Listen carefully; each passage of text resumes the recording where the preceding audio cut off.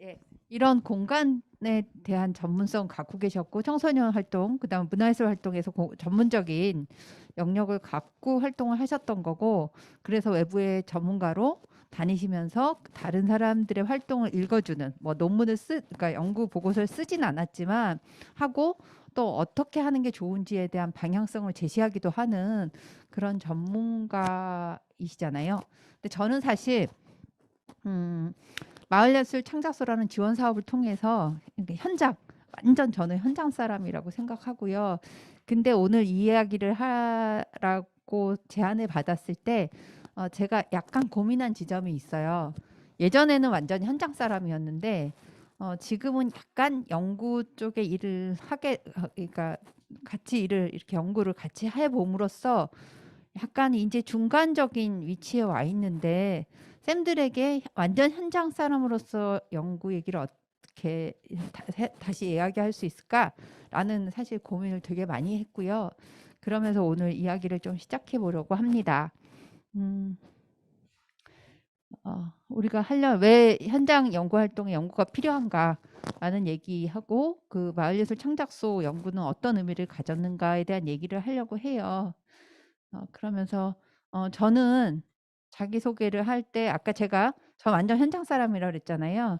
저는 진짜 기르뉴타운에서 그냥 아이 셋을 키우는 하지만 이게 문화에 그러니까 서양화를 전공한 그 예술을 전공한 그냥 보통 주민이었고요. 그 과정에서 경력 단절돼 있는 상황이었죠. 아이 육아하면서. 그리고 2012년에 마을예술 창작소라는 공모 사업이 를 통해서 지역에서 활동을 시작했어요. 그러니까 그게 아이 셋 키우는데 12년에 갑자기 놀토. 그러니까 저랑 같이 육아를 하던 직장 다니던 엄마. 그러니까 저도 계속 일을 하고 싶었지만 할 수 없는 아이가 셋이 있다 보니까 못했는데 일을 하고 있는 엄마들이 갑자기 당황스러워하고 그러면 그냥 내가 동네 애들하고 같이 어차피 우리 애랑 놀고 있으니 놀게 나랑 같이 이렇게 놀 수 있는 사람을 모아서 시작을 했던 게 2012년 3월이었어요. 그래서 이제 그렇게 뭔가 지역 활동이 약간 시작됐을 때 사실 사업을 받을 생각 못 했거든요. 근데 2012년 10월에 마술소가 시작이 됐는데 저한테 누가 선생님 활동하는 거에 되게 적정한 지원 사업이 있어요. 한번 해보세요. 이렇게 주신 거예요. 그래서 저는 지원 사업이라는 걸 받아본 적이 없는데요. 어, 제가 써서 받을 수 있을까요? 했는데 가서 그냥 진솔한 얘기를 했더니 주셨던 것 같아요. 그때는 그냥 사업 하나만 봤죠. 그리고서 24년이라고 잘못돼 있네요. 오타가 있었네요. 14년에 갑자기 마을예술 창작소 운영하는 사람들끼리 2012년에 지원받고 13년에 또 지원받고 비용은 왜 이렇게 빨리 왔어요? 부끄럽게. 네. 아, 13년에 그 지원받은 사람들끼리 운영위원회를 구성하라고 서울시에서 그랬어요. 그때 아유 무슨 지원 좀 해주고 자꾸 뭐 모여가지고 뭘 하라는 거야 이런 마음으로 사실 참석했다가 그 사람들하고의 관계를 맺는 것이 얼만큼 그러니까 좀 도움이 되더라고요. 제 생각에서 지지도 받고 응원도 하고 그 다음에 우리가 이렇게 고민하는 것들이 이야기됐을 때 수용도 되는 것 같고 그래서 2014년에 운영위원장을 하게 됐어요. 그래서 17년까지 5년의 지원 사업을 하는 과정에서 운영위원장을 했고 그리고 17년에 졸업하면서 사단법인 마을예술 네트워크라는 네트워크를 만들어서 지금 이제 현재 그 이사장을 하고 있는 상황이고요. 요거는 제가 그냥 어떤 활동을 했는지로 저를 소개했다면 밑에는 운영위원회 활동과 연구에 참여한 좀 제 얘기인데 14년에 제가 운영위원회 안에서 위원장을 하고 있을 때 갑자기 연구 모니터링 하시는 팀에서 야 운영이들 이리 와봐 이렇게 된 거예요. 그래서 하고 갔어요. 그래서 처음 시작이 된 거예요. 연구하고 모니터링 하는데 평가하는데 참여를 하게 됐고요. 2017년에 그 공동 연구원으로 이제 같이 활동을 하게 돼요. 처음에는 그냥 참여했다가 그리고 19년에는 일상속 문화공간 주민활동에 관한 실천 보고서 현장 연구원으로 같이 또 참여를 해요. 그러니까 정말 그냥 현장에서 주민으로 활동가로 있다가 점점 연구에 이렇게 발을 자꾸 디디게 됐거든요. 그래서 22년에는 문권형 서울 지역 문화 활성화 전략 수립 연구로 이제 공동 연구, 이건 서울문화재단 연구였거든요. 그게 참여하고 2021년에는 이제 마을예술 창작소 또 연구 모니터링에 제가 이제 공동 연구원으로 또 같이 참여를 하는 그런 과정을 겪어서 여기까지 나오게 된 것 같아요. 저보고 일을 해주달라고 말씀했던 것 같아요. 그래서 우리 현위치를 좀 파악하고 싶었어요. 제가 이 얘기를 왜 하고 싶었냐면 사실 우리가 사업을 하거나 아니면 선생님들의 공간에서 누군가를 만나거나 아니면 어떤 소속으로 활동을 할 때 사실 우리는 우리의 발 앞밖에 보지 못하고 달려가는 거에 집중하는 것 같아요. 근데 연구를 하면서는 그게 좀 달라지는 과정이 있었거든요. 그래서 현장의 활동가 이렇게 기획자가 있고요. 저도 선생님들 만나려고 하면서 이제 좀 더 정리를 한 건데요. 사업이 나타나죠. 사업이 나타나면 서로 이렇게 주고받는 역할을 하는데 사업은 어때요? 사업에 필요한 사람들을 모으는 거고 현장은 사업을 통해서 바라는 게 있죠. 현장의 지원. 뭐 어떤 지원이 됐든 홍보가 됐든 무슨 금전적인 지원이 됐든 지원을 바라는 거고 그러면 사업이 내려왔을 때 현장에 바라는 게 없냐? 아니요. 엄청 많죠. 진정성이 있냐? 현장의 성실성이 있냐? 정략적인 평가는 어떠냐? 기록을 다 가져와. 정리해서 가져와 이렇게 요구하죠. 근데 사실 전 여기서 이 사업에 대한 얘기를 좀 하고 싶었어요. 사업은 그냥 생겨나는 게 아니고 저 위에 정책이라는 맥락이 있어요. 그래서 정책이 사업을 이렇게 만들어주는 거죠. 정책이 없는 사업은 없더라고요. 제가 2013년, 14년, 그러니까 12년, 13년, 14년은 정책에 대한 이해가 하나도 없었어요. 근데 정책 위에는 선생님들 뭐가 있을까요? 정책 위에. 네? 사업? 법. 네, 맞습니다. 선생님 멋져요. 저 정책을 만들어내는 근거가 되는 법이 있어요. 사실 문화예술 활동에 관련된 거 한다면 문화예술 기본법이 있다든지 예술가를 지원한다면 예술인 지원법이 있다든지 생활문화에 강한 거 한다면 뭐 우리 지역문화진흥법이 있죠. 그래서 사람들에게 모두가 일상의 문화를 향유하거나 즐길 권리가 있고 이런 것을 가지고 정책은 만들어지고 그 정책 아래서 사업은 내려오는 거죠. 사실 우리가 그런 생각 별로 안 하잖아요. 사업 하나만 읽잖아요. 근데 사실 연구에 참여하게 되면서 저는 그 사업이 이렇게 나오면 얘의 정책은 어떤 취지가 있고 어떤 의미에서 이 정책 어떤 틀에서 이 정책에서 사업이 설계됐는지를 좀 보게 되고 그리고 그 정책은 어떤 법을 기준으로 해서 만들어졌는지를 좀 보게 되더라고요. 그러니까 오히려 이해가 훨씬 잘 되는 거죠. 그리고 거기서 기본적인 이 틀거리를 이해하면서 시작된 건 뭐냐면 불필요한 요소를 빼기 시작한 거였어요. 그리고 사업 내용만 보고 우리한테 맞다고 하는 게 아니라 이 위에 상위 단계를 보면서 그것이 우리하고 맞지 않는다면 하지 않는다. 너무 힘만 뺀다. 정말 발밑만 보고 뛰고 나중에 확 소진되죠. 그렇게 활동을 하게 되면 그래서 그런 것들을 제거하는 이 구조를 이해하는 힘이 생겼다라고 얘기를 좀 드리고 싶어요. 그래서 그럴 때 우리는 사실 잘 모르죠. 그 위에 기본법은 더 모르죠. 저도 아까 서양화 전공했다고 했잖아요. 평생 법은 신경도 안 썼고 알고 싶지도 않고 궁금하지도 않았던 사람 중에 한 사람이었는데 뒤늦게 40이 넘어가지고 법에 대한 공부를 하게 됐어요. 아까 심한기 선생님이 관심이 생긴 다음에 공부가 된다고 했잖아요. 그거랑 똑같았던 것 같아요. 그래서 아까 이 법은 뭐지? 문화 다양성 우리가 다양성 현장에서 다양성 그럼 문화 다양성 법은 뭐지? 걔는 어디서 시작된 거지? 뭐 이런 고민을 같이 할 수 있고 그러다 보니까 이렇게 세계 인권 선언에서부터 쭉쭉쭉쭉 내려오고 있었구나 이런 이해도를 높여가는 그런 과정이 있었다라고 좀 말씀을 드릴 수 있을 것 같아요. 그래서 그럴 때 그럼 연구는 뭔 역할을 했어? 라고 한다면 저는 이렇게 얘기하고 싶어요.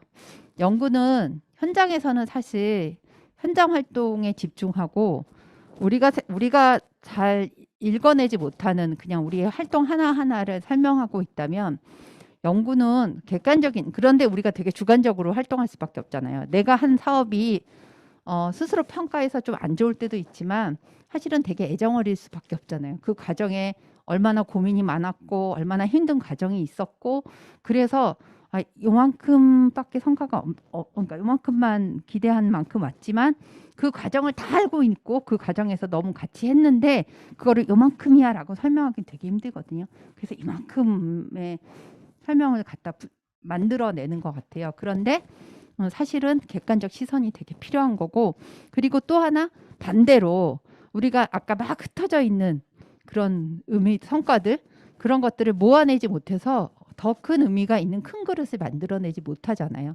근데 이제 연구를 통해서 이게 나오는 거죠. 그래서 의미와 가치가 만들어지면서 저희한테 했던 다른 연구는 모르겠는데 마술소는 야 스스로 성장해. 이 사업에 대해서 니네가 이해해. 언제까지 연구자가 다 해결할 거라고 생각하지 마. 라고 했어요. 그래서 그럼 뭔가 우리도 알아야 되는 건가? 라고 생각하기 시작하면서 들여다보기 시작했어요. 그리고 사실 그 연구는 나중에 이렇게 정책에 영향을 다시 미쳐요. 아까 심한길 선생님도 예산 없어졌는데 살렸어요 그랬잖아요. 근데 그거 전에도 또 한 번 정책에 영향을 미친 사건이 있거든요. 그거 제가 이따가 얘기 드릴게요. 그래서 이런 구조를 좀 아이고 많이 갔네. 이런 구조를 이해하면 우리가 현장이 정책을 이해하고 법을 이해하는 과정까지 가고 그 법을 이해하면서 정책을 이해하기 시작하면 지금 내려왔던 사업에 변형된 사업도 제한할 수 있다. 라고 전 생각해요. 그래서 만약에 어떤 센터에 뭐 아까 문화의 집에 어떤 예산을 주면서 문화다양성 관련한 건지도 안 알려주면서 다양한 저 계층 간의 무슨 활동을 청소년 간의 뭐 활동을 하세요 이렇게 이제 사업이 내려왔다 치면 얘의 근거는 뭐야를 이해하기 시작하면 우리 지역에 맞는 내 센터 그러니까 문화의 집에 오는 사람들 청소년들과 다시 이 사업을 재해석할 수 있는 힘이 생기고 그러면 거기 쓰여 있는 대로 그대로 가는 것이 아니라 변주가 가능해지는 거죠. 그러면 사람들에게 사업을 할 때 그냥 내려온 사업을 그냥 하는 것과 이 안에 있는 사람들의 욕구를 담아내서 변주해서 갈 때는 그 사업이 훨씬 덜 힘들고 즐거워질 수 있는 거잖아요.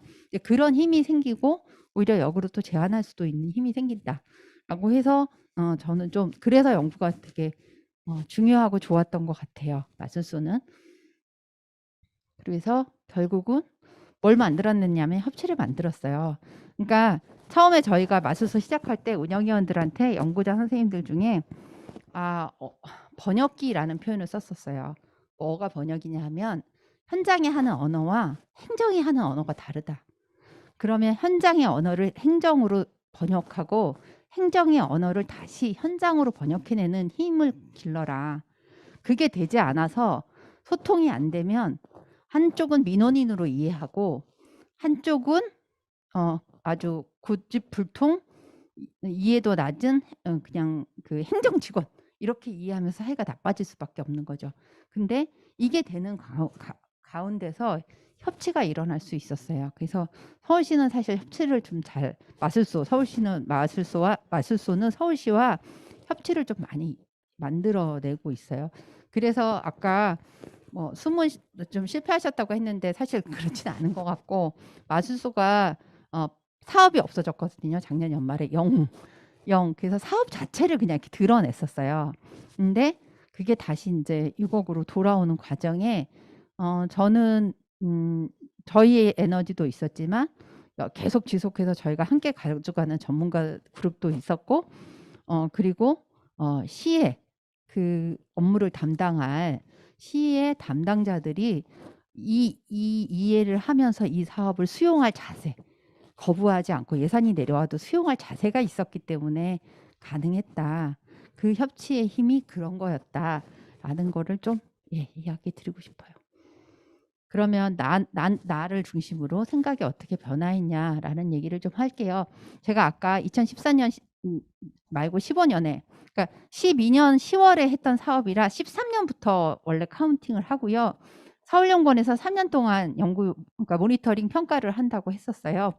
그래서 계획이 잡혀 있었고, 그때 마지막 해인 15년에 저희 운영위원들 다 와서 모니터링을 같이 다니라고 하는 거예요. 그래서 제가 딱 했던 생각은 이거였어요. 왜? 네? 왜요? 우리 현장에서 지금 우리도 지원받고 있는데 우리가 다른 현장을 가서 모니터링을 한다고요? 그러니까 말이 돼? 이거 불공평한 거 아니야? 아무리 우리가 3년 차고 그들이 2년 차라 한들 이게 말이 안 된다라고 생각했어요.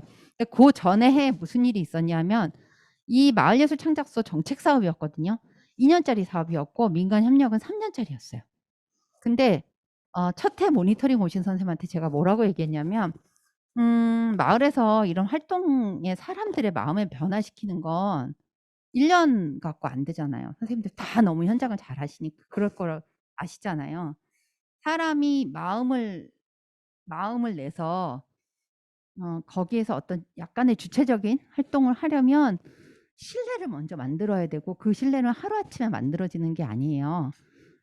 그렇죠. 2년 3년 꾸준히 보면서 '아 저 사람이 나를 이용하지 않을 사람이고 저 사람과 나는 함께 가도 되고.' 이런 마음을 내는 과정들이 되게 중요한데 그것이 없는 평가는 되게 의미가 없었다고 저는 생각했어요. 그래서 평가는 그렇게 하셔도 좋은데 아까 지금 뭐 와서 모니터링 하시는 건 좋은데 "평가에 대한 거는 한 5년 있다가 하셨으면 좋겠다. 내년에 당장 지원금을 주지 않아도."라고 제가 인제 문제 제기는 했었고 그 과정에서 다른 팀들도 다 그런 고민이 있었던 거예요. "아니 2년 만에 무슨 사업을 끝내고 여기 지속 가능하래." 마을예술 창작소의 4대 원칙은 마을성, 지속성, 공공성, 자율성이에요. 그러면 예산 지원해 주고 공간까지 운영하는데 자율성도 있으래. 근데 지속성도 가지래. 그리고 공공성도 가지래.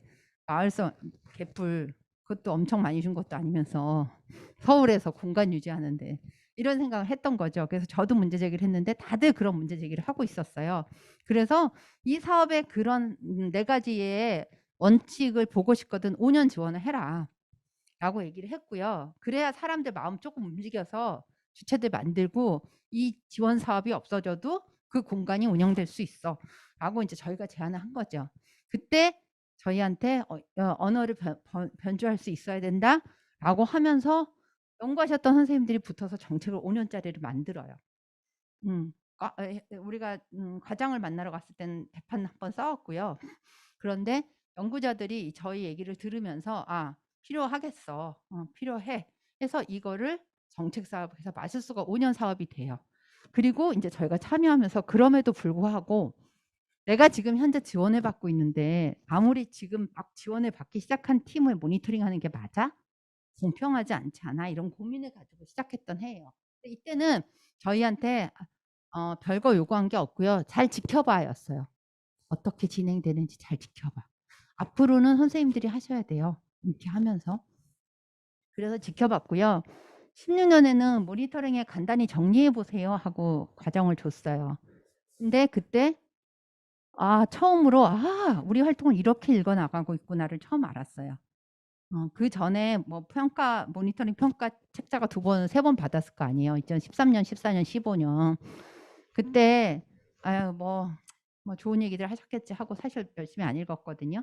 근데 인제 16년에는 같이 하고 저희한테 간단하게 그 갔던 공간들에 대한 것들을 정리하라고 하니까 '아 이렇게 읽어 나가고 있구나.'라는 것을 쪼끔 깨우쳤던 것 같아요. 그리고 현장에서 못 보고 있는 내용들을 확인하면서 '아 이렇게 정책이 변화해 나가는구나.' 하는 걸 약간 깨달았어요. 그리고 17년에는 모니터링 연구 과정에 참여하세요 해서 어 참여하게 된 거예요. 그래서 처음에 연구를 설계하는 과정부터 지금 작년에 수미 했던 것처럼 설계하는 과정부터 그 마지막에 연구 결과가 어떻게 나왔으면 좋겠는지까지의 논의를 계속하면서 연구를 같이 진행했어요. 그러니까 그전에는 그냥 나온 페이퍼, 그러니까 아까 선생님 우리가 과정을 모르면 연구자의 좋은 언어로 후루룩 빨려간다 그랬잖아요. 근데 사실은 그렇게 이야기를 나누고 막 했어도 그 연구 과정에 깊숙이 들어와 있지 않고 일부 참여하다 보니까 저희가 그 전 과정에 대한 이해도 없었고 그 과정에서 자세하게 읽어보거나 이 최종적으로 결론이 나야 되는 지점에 대한 고민이 전혀 없었던 거죠.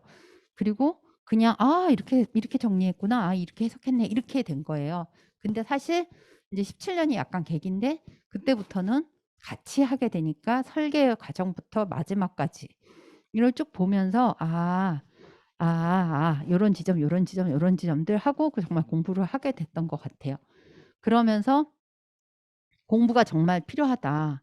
그리고 문화예술은 다른 관점이 정말 중요해.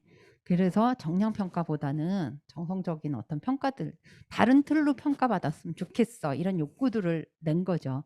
그동안은 그냥 '아유 그렇게 평가하시려면 하세요.' 이런 태도였다면 '아니 이런 평가 말고요. 저희가 하는 활동은 다른 식의 평가로 해 주세요.' 하는 고민을 하고 요구도 하게 된 거죠, 연구자들한테. 그래서 그렇게 했고 이제 19 년에 어떤 일이 있었냐면 그러니까 서울문화재단에서 3년 하고 서울문화재단에서 지속할 수 없 아니 서울문화재단이다. 서울연구원, 서울시의 연구를 백업하는 서울연구원이라는 데서 3년 했고요. 정책 사업이라서. 그게 끝나고 이제 민간 연구자한테로 넘어오면서 최전 선생님하고 17 년, 18 년을 했어요. 그러면서 이제 저희가 같이 고민하고 그러면서 "평가하기 좀 바꿨으면 좋겠다." 이런 얘기들이 막 이제 운영하던 저와 같이 현장에 있던 사람들이 위해서 나오고 그런 과정을 겪는 과정에 19 년은 다른 단체가 연구를 하게 된 거예요. 근데 17 년, 18 년은 운영위원들이 결합해서 이 연구에 처음부터 끝까지 같이 가져가면서 도대체 우리는 이 연구를 통해서 무엇을 얻을 것이며 어떤 방향으로 갈 것이며 하는 고민들 그다음에 운영위원들을 늘 갖고 있는 마을예술 창작소의 어떤 서울시에서의 역할, 방향 이런 것에 대한 고민을 같이 나누면서 연구를 과정을 지켜봤다면 19 년에는 그냥 자료만 공유해 주세요 그런 거예요.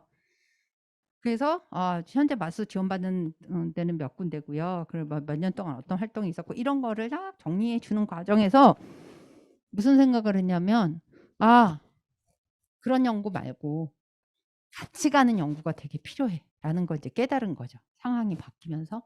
그러면서 '아 이렇게 가면 안 되겠어.'라는 그리고 '다른 기준이 절실해서 새로운 기준을 만드는 연구를 제안해야겠다.'라고 생각해요. 그래서 지역문화진흥원에서 하는 어떤 사업을 통해서 저희가 아주 작은 그러니까 마수 전체를 할 예산은 안 돼 가지고 작은 한 5개 졸업한 5-6 개의 팀을 모아서 그 다른 기준의 평가를 받는 연구를 그냥 저희가 진행을 한번 해 봐요. 물론 저희가 다 해석하고 다 연구 보고서를 쓸 수는 없어 가지고 혜자쌤 도움을 받았어요. 그래서 인제 하지만 그 과정에서의 부자이나 이런 것들을 저희가 같이 해내고 그것들을 갖다가 같이 해석하는 과정을 이제 자리랑 같이 했거든요. 그렇게 하면서 이게 그러면 우리 평가 기준은 어떻게 만들어야 돼? 그럼 마을예술 창작소라는 것들에 대한 평가는 어떤 기준으로 할까?' 뭐 이런 얘기들을 좀 많이 하고 있었는데 짠 20 년에 코로나가 왔잖아요. 마을예술 창작소는 사실 17년 요쯤부터 제가 우리가 내부에서 연구할 그런 각각의 서울시의 각각에 있는 공간들의 협의체인데 이 내부에서 연구를 할 수는 없는 거예요. 그래서 전문가 선생님들을 꼭 쥐고 우리의 자문단으로 꼭 엮어서 이 연구를 매년 계속할 수 있도록 시에도 계속 제안을 하고 평가 계속 받겠다고 했고 그리고 그럴 때마다 같이 연구를 하면서 방향성 얘기하고 정책에서도 이 방향성을 가지고 다시 약간 설계를 다시 해야 돼. 이런 얘기들을 계속 했거든요. 그래서 마을 공동체 지원 사업에서는 원래 대표자인제 3 인한테 인건비를 주지 않죠. 근데 이거를 바꿔낸 게 또 마술소였어요. 왜냐? 저희는 공간을 지원하는데 그 공간에 사람들이 드나드는 과정을 만들려면 누군가 그 공간을 지키고 환대하는 맞이하고 사람들이 문 열고 들어왔을 때 편안하고 또 오고 싶게 만드는 그 과정을 2년 동안 해야 되는데 그럼 그거 누가 할 거냐. 대표 제안자가 무슨 봉이냐. 자원봉사자로 붙박이 있으라고 할 수 없지 않냐. 그래서 아주 적은 돈이지만 활동비를 주는 기준을 만들고, 그렇게 안 하면 계속 우리한테 사기치란 얘기냐. 강사비 준 척하고 받아서 돌리고 그럴 수는 없잖아요. 그래서 이제 그렇게 하면서 이것들을 조금씩 바꿔나가는 과정들이 있었기 때문에 더더욱이 연구하시는 선생님들을 꼭 붙들고, 우리가 현장에서 이런 것들을 개선하고자 할 때는 그분들의 입을 통해서 해결을 한 거예요. 연구를 통해서 드러내게 하고, 그래서 또 반영하고, 이런 과정을 겪었었거든요. 근데 20년의 코로나 때문에 연구를 안 한다는 거예요. 왜 예산까지 만들어 놨는데 왜 안 해? 그랬더니 코로나 때문에 활동을 안 하니까 연구할 게 없대요. 그래서 그러면서 인제 그때 너무 고민됐죠. '아 이러면 안 되는데. 그러면 자료라도 모아 놔야겠다.'라고 해서 저희가 실태조사서를 스스로 돌려요. 간단하게 설문도 해요. 내용도 정리해요. 그게 이제 20 년에 처음 저희가 주도적으로 했던 것 같아요. 왜냐? 그냥 후루룩 넘어갔는데 빵꾸 날 것 같은 거예요, 그 해가. 그리고 그것들을 해 놓지 않으면 뭔가 질문을 할 때 답을 할 수 없을 것 같은 거예요, 행정에서 질문을 할 때. 그래서 다 만들었어요. 만들어서 데이터 정리하고, 그러니까 뭐 그렇다고 뭐 폼을 막 우리가 새로 만들기는 어려우니까 작년 연구, 재작년 연구, 그전 연구들을 이렇게 틀을 보면서 하고, 그 틀로 하고, 그다음에 현장 가서 정말 그렇게 잘하고 계신지 얘기도 나누고, 이런 과정들을 겪으면서 2020 년을 넘겼어요. 근데 사실 2020년 되게 쉽지 않았던 건, 그러니까 공간 폐쇄 명령도 많이 왔었거든요. 이제 약간 민간 공간이니까 우기고 안전하게 만날게, 코로나 안 터지게 할게 그 공간에서, 이렇게 이제 하면서 만나긴 했는데 되게 어렵긴 했죠. 그래서 그렇게 하고 이제 21 년에 공동연구원으로 참여해서 실태 설문조사를 이제 저희가 뭐 주도적으로 좀 진행을 했고요. 그렇게 하고 간단하게 정리하면서 제가 되게 이제 놀라웠던 건, 이 21 년에 설계하면서 1,000명의 서울 시민에게 설문을 뿌리기로 좀 결정을 해요. 저희가 그동안 마술소 되게 좋다고 얘기를 했는데, 마을예술 창작소 되게 좋다. 근데 정말 사람들은 그렇게 생각하고 있을까? 그리고 10 년이 지났는데 그 공간에 사람들은 어떤 변화를 겪었을까도 되게 중요하고, 아까 제가 얘기했잖아요. 객관적인 시선의 평가를 받는 것도 우리가 현장을 돌아보는, 나 여기 나 어디 여기 여긴 어디 이거 확인하는 되게 중요한 거거든요. 그래서 그래야 다시 나의 위치를 확인했을 때 다시 뭔가 이쪽으로 움직일지 이쪽으로 움직일지, 앞으로 나갈지 뒤로 백해야 될지를 판단할 수 있잖아요. 그래서 인제 1,000명의 시민, 서울 시민 1,000명의 조사를 시작해요. 그래서 한 1,100 명이 설문을 답을 해 줬는데, 구글로 이렇게 하니까 그래프가 이렇게 변하는 게 보이잖아요. 첫날은 사실 이게 작년 추석을 끼고 했어요.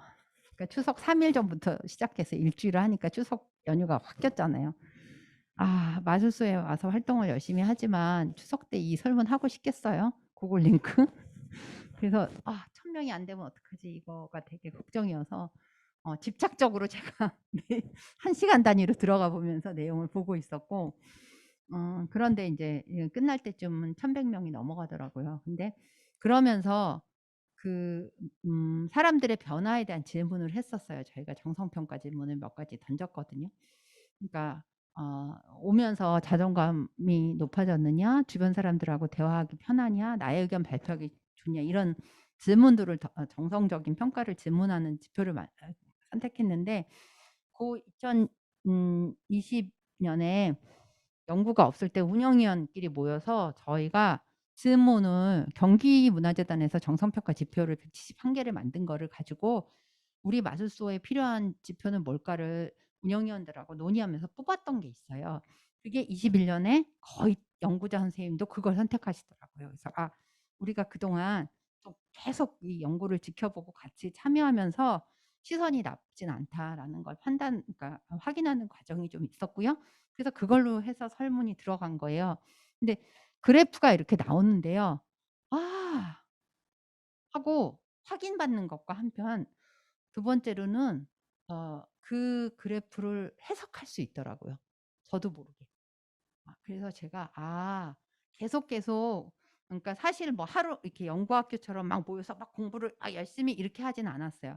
마술소는 정말 자문단이라고 하시는 연구자 선생님들이 끊임없이 15년부터 저희를 계속 트레이닝 시켰다고 저는 생각해요. 그래서 서서히 끌려왔는데 그래도 그 과정이 굉장히 중요했구나 라는 생각이 좀 들어요. 그래서 이게 가능하네. 내가 이거 해석할 수 있네. 그리고 그것들을 표현할 수 있네. 글로 쓸 수 있네라는 것들을 좀 깨달았어요. 근데 이게 저 혼자냐라고 하면 저도 간증할 사람 몇 사람 데려올 걸 저희 운영위원회 같이 활동하고 있는 친구들도 그게 가능한 거죠. 그래서 그 그래프를 보면서 가능해요. 그래서 이거죠. 그동안 뭐 마스터 몇 개야? 참여자 몇 명이었어? 얼마나 많은 뭐 홍보가 있었어? 사업을 했어? 뭐 관계를 맺었어? 이런 질문들을 저희가 받고 그것으로 평가받았다면 사실은 연구에서 나온 건 문화적 돌봄, 사회적 안정망이고 일상 삶의 돌봄이고 협력적 돌봄이다. 이런 언어들을 뽑아내는 과정들, 그다음에 자기 사유, 성장하는 주체가 되고 그다음에 긍정적이고 자존감 상승하고 이게 작년 연구에서 다 나왔던 언어들이에요. 그러면서 이게 이 마술소 몇 개, 참여자 몇 명, 얼마나 많은 뭐 홍보부터 시작해서 뭐 프로그램 어쩌죠 이런 그 개수를 표현하는 것이 얼마나 천박하다.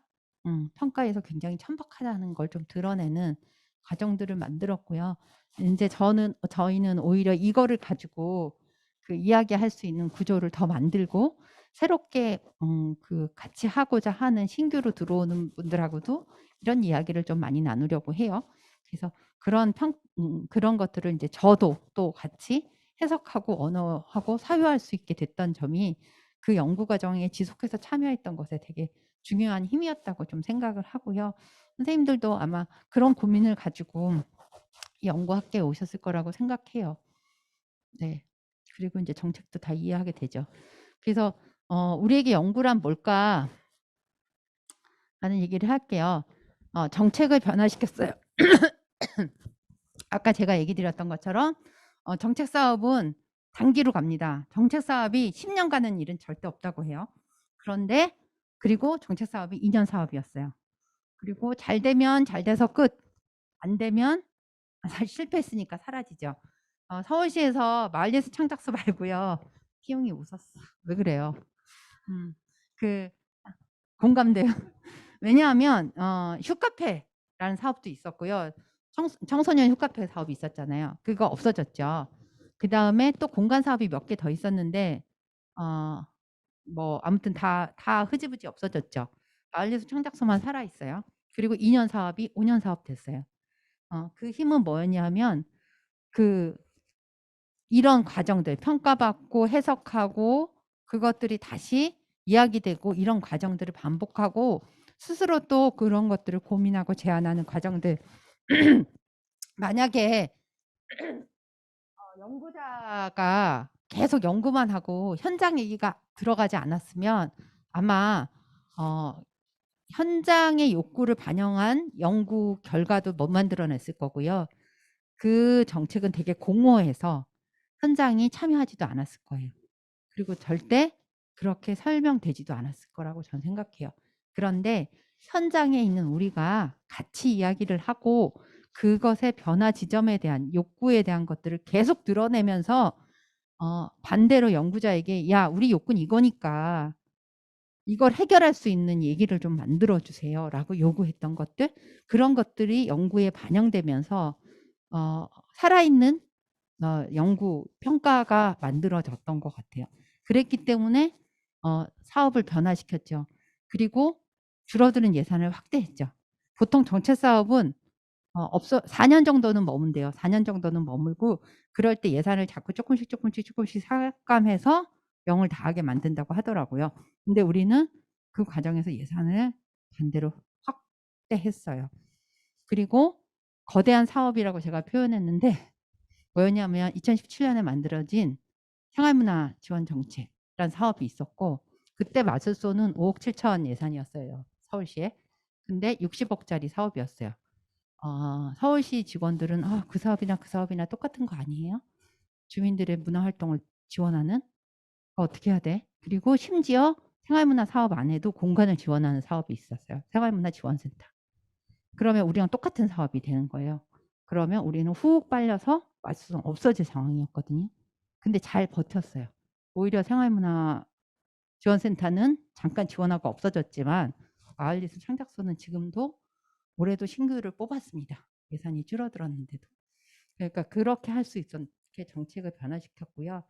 그 다음에 없어진 사업을 살렸다라고 이제 표현하는 게 뭐냐면 2021년 그러니까 작년에 연말에 제가 아예 그러니까 예산 항목에서 마을예술 창작소 지원 사업이 훅 빵원되면서 사업 자체 이름이 없어졌었어요. 그때 긍정적으로 이 팀들도 알지만 오 시장에 오면서 예전 박 시장 마을 사업으로 분류되는 모든 것들을 걷어내라고 된 거예요. 그러면서 그 마을 공동체 지원센터 사실 저희는 마을 사업으로 가 있지도 않았고 문화정책과 사업이거든요. 근데 그럼에도 불구하고 마을 공동체 지원센터 그 센터에 지원 서류를 내고 선정하는 공고가 글로 나가고 정산을 글로 하고 이건 마을 사업이네 얘도 잘라 이렇게 된 거예요. 그래서 다 걷어낸 거예요.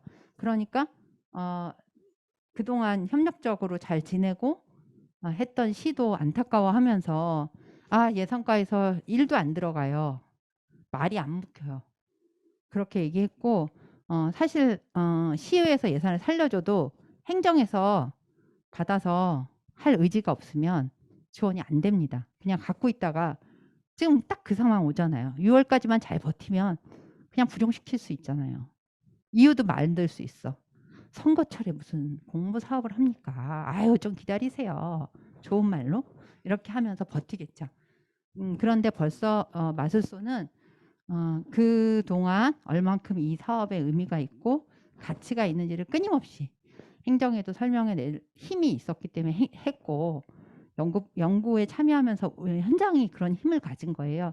그래서 설명해 냈고 그들도 안타까워했고 그래서 예산이 살아서 돌아올 때 바로 수용이 됐어요. 그리고 2월부터 쫙 뿌려서 기지원들은 다 지금 지원 받았고요. 신규 지금 현장 심사 중이에요. 오늘 내일 모레 3일 동안 현장을 갈 거예요. 그리고 다시 살아났는데 신규를 선정할 명분을 못 만들었어요. 사실 저희가 시의회한테 가서 그냥 예산을 살려주세요 하면 살려주지 않잖아요. 그리고 이제 그동안 연구에서 나왔던 의미 이런 거 다 막 이제 막 자료를 모아가지고 시의원이 마을예술 창작소를 알겠어요. 특히 관심도 없죠. 가서 마을예술 창작소는 언제 시작해서 이런 의미가 있고요. 서울에 몇 개가 있고요. 80개가 있고요. 이걸 다 설명해 내야 되는데 아마 그런 자료가 준비되어 있지 않았다면 저희도 막막해서 아마 살려내지 못했을 것 같아요. 근데 이미 축적된 자료가 있고 정리된 자료가 있으니까 이렇게 뽑아가지고 계속 메시지 날리고 자료 갖다 주고 그러면서 그러면 이 사업 좋은 게 좋네.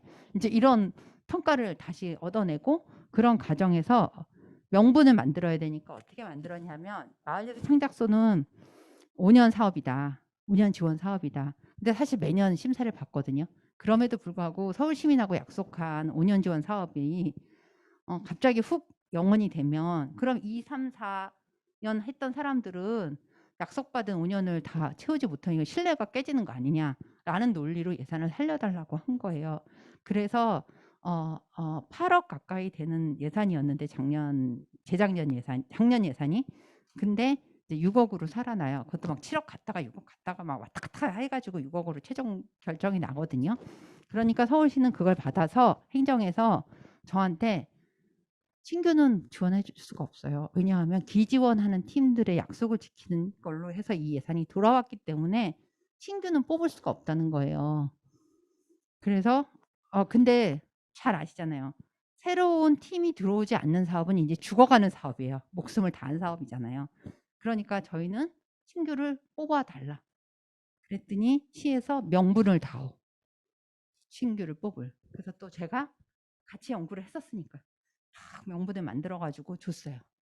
그랬더니 좀 약하긴 하지만 어떻게든 해볼게요 했는데 그 명분이 받아들여서 없는 예산에서 7개의 신규 마을예술 창작소를 뽑아요, 올해. 근데 77개가 들어왔어요. 11대1. 너무 마음이 아파요. 사실 오세훈은 일상문화공간 뭐 3,000개 만든다고 공약집엔 돼 있어요. 근데 이것도 제가 그를 지지하지 않지만 그의 공약집을 볼 수밖에 없었어요. 왜? 그래야 그 정책이 어떻게 만들어져서 일로 내려오는지를 이해하고 들이댈 수 있으니까. 그러면 만들어줘야죠, 시에다가. 야, 그 새로운 시장도 3,000개 만든댔잖아. 그런데 있는 걸 없애겠다는 거야? 라는 명분을 준 거죠.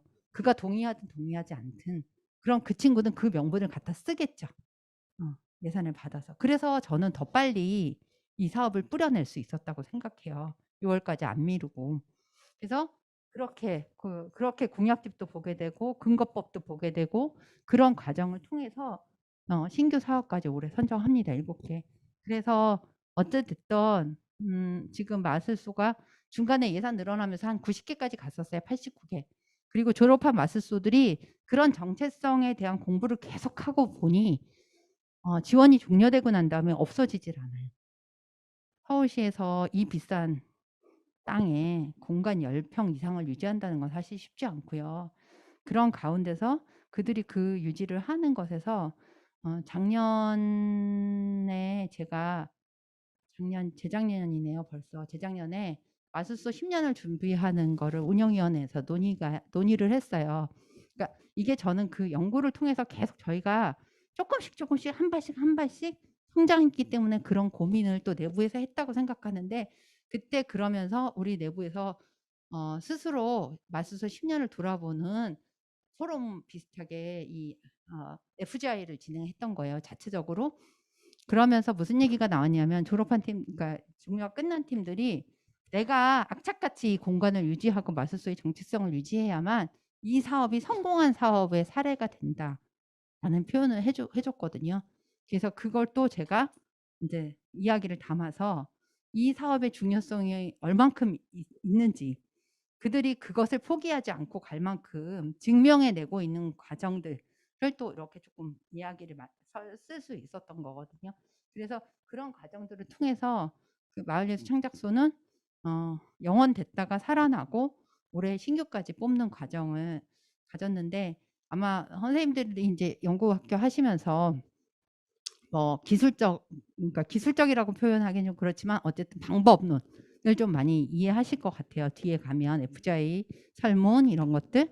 근데 그것도 중요하고 이 과정에서 나의 현장을 객관적으로 바라보는 거, 팩트를 체크하는 것도 되게 중요할 것 같고요.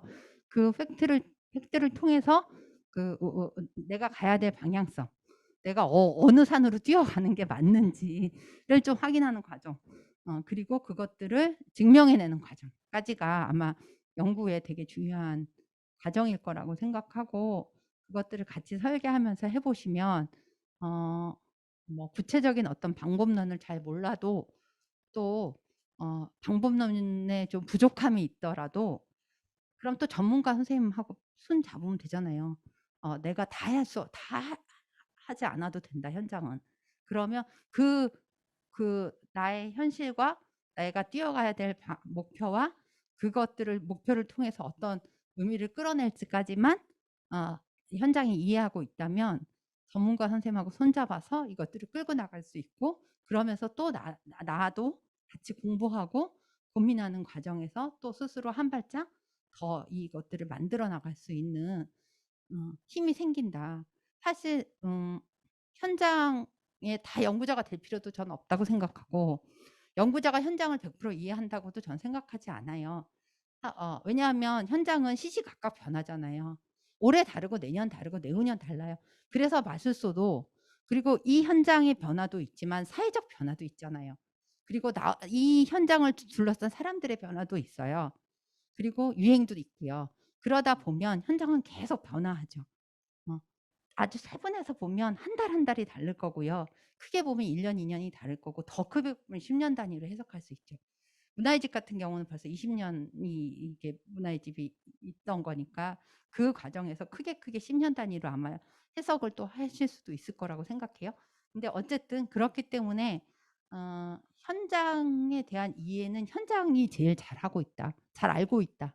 근데 그거를 같이 파트너로 이것들을 같이 해석해내고 연구를 통해서 백데이터를 만들어서 의미를 정리해 놓고 그리고 또 다음에 또 하고 하는 것도 되게 중요한 것 같더라고요. 그래서 이제 뭐 그거는 기준을 뭐 3년 단위로 할지 1년 단위로 할지는 뭐 이 현장에 맞춰서 고민하시지만 저희 마술소는 어쨌든 매년 하는 것을 기본으로 했다.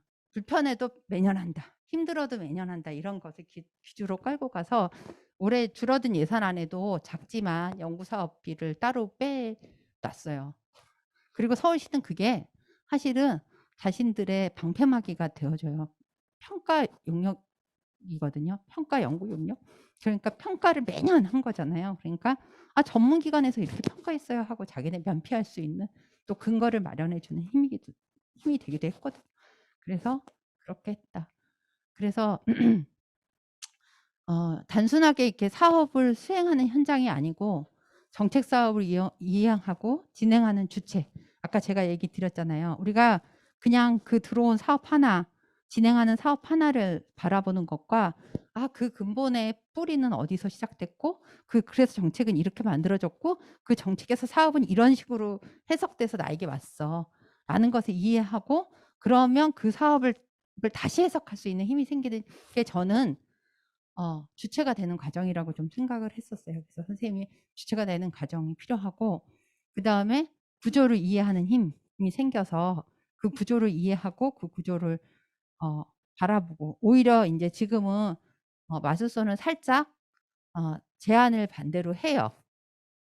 정책에다가 사업에다가 힘을 좀 하거든요. 그래서 약간의 그 협치가 잘 이루어지면서 새로 오는 주무관은 마이넷한테 의지해서 상황을 물어볼 수밖에 없고 그 의미는 뭐예요?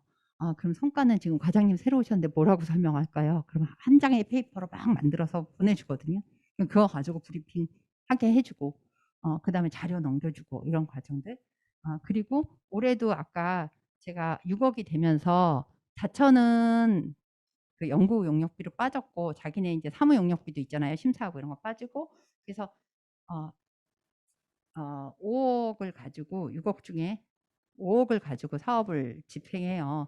그러면 1,000만 원씩 해주면 10개밖에 50개 할 수 있다고 한술적으로 할 수 있는데 2년은 공간 지원 사업이거든요. 그러면 시설비를 주게 돼 있어요. 그러면 50개를 다 줄 수 없는 거죠. 1,000만 원에 시설비 100만 원 신규는 1,000만 원에 2년치는 시설비 200만 원 주게 돼 있어요. 그러면 한 40개, 45개를 뽑으면 다 되는 거예요. 그런데 오히려 3, 4, 5년 차는 공간이 임대료가 비싸졌다고 문 닫은 데가 없는데 2년 차에선 문 닫은 데가 있더라고요. 코로나로 사람들하고 만나기도 힘들고 하니까. 그래서 원래 연장 지원을 먼저 뽑고 그다음에 프로그램 지원을 뽑겠다라고 하면서 연장 지원 13개, 프로그램 28개를 잡아놓은 걸 3년 정도 마술수를 하신 분들은 이해도도 되게 높고 공간이 장기적으로 갈 수 있어서 제가 그 심사를 살짝 틀었어요. 그래서 연장을 31개 뽑고 프로그램을 31개 뽑아서 3, 4, 5년 차를 31개로 늘리고요. 그다음에 이제 연장해 주는 2년 들어오는 사람들을 공간 지원하는 사람들을 11개로 정리하고 신규 7개가 들어와서 저 속으로는 그래도 50개는 유지해야겠다. 그래서 신규는 7개가 아니라 8개를 뽑을 예정입니다. 남은 돈까지 다 이렇게 탈탈 털어서 뽑자고 이제 제안할 예정이거든요. 그러니까 그런 것들이 좀 가능한 거죠. 그러니까 제가 변주라는 건 전 이런 게 변주라고 생각해요. 사업을 조금 컨트롤할 수 있고 우리가 능동적으로 할 수 있는 것들에 힘이 생기는 거고 그래서 협치할 수 있는 힘이 생기는 거죠. 내가 잘 알고 있으니까 주무관은 계속 바뀌잖아요.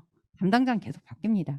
그러면 이 사업에 대한 이해도가 높은 사람들이 끊임없이 그 얘기를 계속 해줘야 되고 아까 그 심한계 선생님이 이제 마을배움터에 대해서는 최지원 선생님이 뭔가 어디 가서 좋은 얘기 할 거야 그랬잖아요.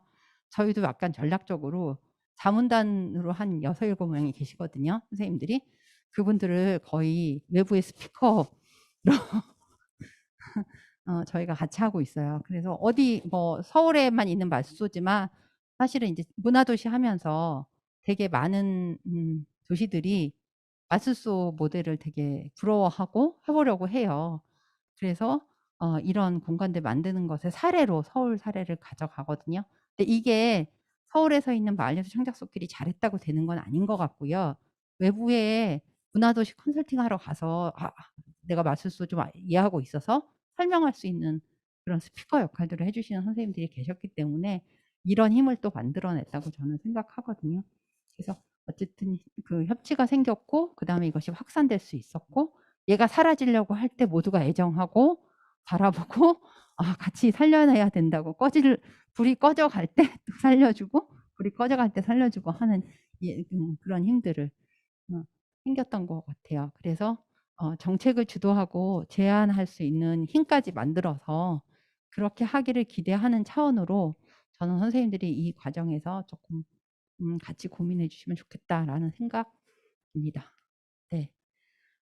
요즘 이제 제가 또 고민하고 있는 지점이에요. 선생님들도 이 고민 지점을 쓸까 말까 하다가 이제 썼던 이유는 끊임없이 이 연구 과정들을 10년 같이 이렇게 지내오면서 자꾸 이런 고민들을 갖게 되는 것 같아요. 보이지 않고 이 질문들을 만들어서 고민하고 해결하려고 할 때 그 활동은 죽지 않을 거라고 저는 좀 생각하고 있는데 저는 요즘에 이제 예술이 뭐가 예술이냐라는 고민하고 그 주체에 대한 정의는 어떻게 가져가야 될까 하는 고민, 그다음에 사업을 수단으로 그러니까 수단 도구로 생각해야 하나? 어떻게 바라보고 우리가 관점을 가지고 대해야 할까? 그다음에 우린 거절할 수 없을까? 제안해도 아니요, 이건 맞지 않아서 내가 하지 않겠어요. 라고 거절할 수 없을까? 하는 고민들 까지가 제가 요즘에 갖고 있는 고민이고요. 아마 마술소는 이거는 저의 고민이기도 하지만 운영하고 있는 선생님들하고 이렇게 계속 그 논의하는 과정들을 좀 안 놓고 가려고 애를 쓰거든요. 이제 그러면서 나오는 고민들이랑 아마 같이 좀 또 헤쳐나가는 과정이 될 거라고. 네. 네. 네. 네. 고맙습니다. 그리고 같이 이야기를 좀 많이 나누면 좋을 것 같습니다.